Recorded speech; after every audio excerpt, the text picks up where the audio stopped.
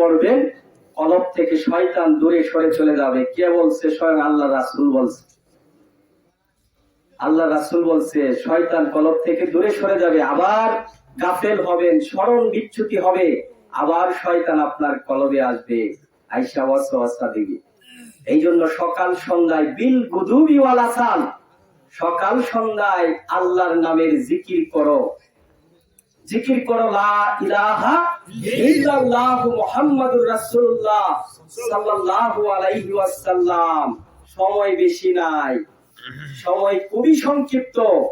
এই যুবকরা এখানে বসে আছি, আজকে থেকে কিছুদিন পরে দেখা যাবে অনেক যুবকও হারায় গেছে। হারাবে না? না হারাইলে অন্তত পক্ষে বৃদ্ধ তো হবে। চুল পাকবে কিনা? কালো চুল পাকবে, মাথার কালো চুল গুলা পেকে যাবে, সাদা হয়ে যাবে, চোখের জ্যোতি কমে যাবে, যৌবনে ভাটা লাইগা যাবে। এটা কিন্তু কেউ ফিরাইতে পারবে না, কিন্তু শয়তান ওয়াসওয়াসা দিবে।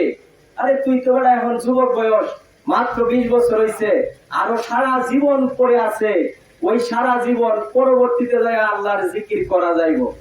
তাহলে পরবর্তী সময় আল্লাহর জিকির কইরা লাভ হবে না। এখনই সময়, সময় থাকতে এখনই আল্লাহর নামের জিকির করো, আল্লাহর নামের জিকির করো। যৌবনের এত উদ্দীপ্ততা নিয়ে অহংকার ভরে, দম্ভ ভরে তুমি রাস্তায় হাইটো না, একটু নিচু হও, একটু আল্লাহর কথা স্মরণ করো, মরণের কথা একটু স্মরণ করো বন্ধুরা। এই জন্য তো কবি বলেন দন্ত পড়িবে চুল পাখিবে, যৌবনে লাইগা যাবে ভাটি। দন্ত পড়িবে চুল পাখিবে, যৌবনে লাইগা যাবে ভাটি। দিনার দিনে খসিয়া পড়িবে রঙিলা দালানের মাটি গোসাইজি। কোন বারঙ্গে কোন বারঙ্গে বাইন্দাছো ঘর খানি, মিছা দুনিয়ার মাঝে গোসাইজি। কোন বারঙ্গে হারের ঘর খানি, চামড়ার ছাউনি, বন্দে বন্দে জোড়া। তাহার ভিতরে মনোরা পাখি, তাহার ভিতরে মনোরা পাখি, ছুটলে না দেই ধরা গোসাইজি। কোন বারঙ্গে কোন বারঙ্গে বাইন্দাছো ঘর খানি, মিছা দুনিয়ার মাঝে গোসাইজি। কোন বারঙ্গে। কথা ঠিক আছে কিনা? আপনার আমার এই মাটির পিঞ্জরার ভিতরে একটা অসীম পাখি আছে, যেই পাখি বের হয়ে যায় আবার আসে, কিন্তু কোনো একদিন জনমের মতো পাখি উড়াল দিবে, আর তারে ধরে রাখা যাবে না, আর সে আর তার খোঁজ পাবেন না। আপনি চলে যাবে আপনার দেহ পিঞ্জর ছেড়ে। এইবার আপনার এই সচল দেহটা অচল হইয়া মাটিতে লুটাইয়া পড়বে, ঠিক কিনা বলেন? এই সচল দেহের নাম হইয়া যাবে লাশ।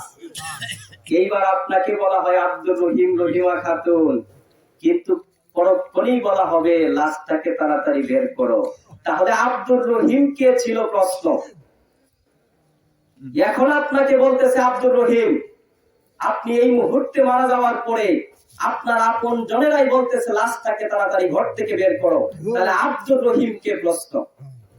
আব্দুর রহিম হচ্ছে সেই যে আপনার এই দেহটাকে চালাইলো, যার উপস্থিতিতে আপনার এই অচল দেহটা সচল ছিল, তারই আজও চিনলাম না।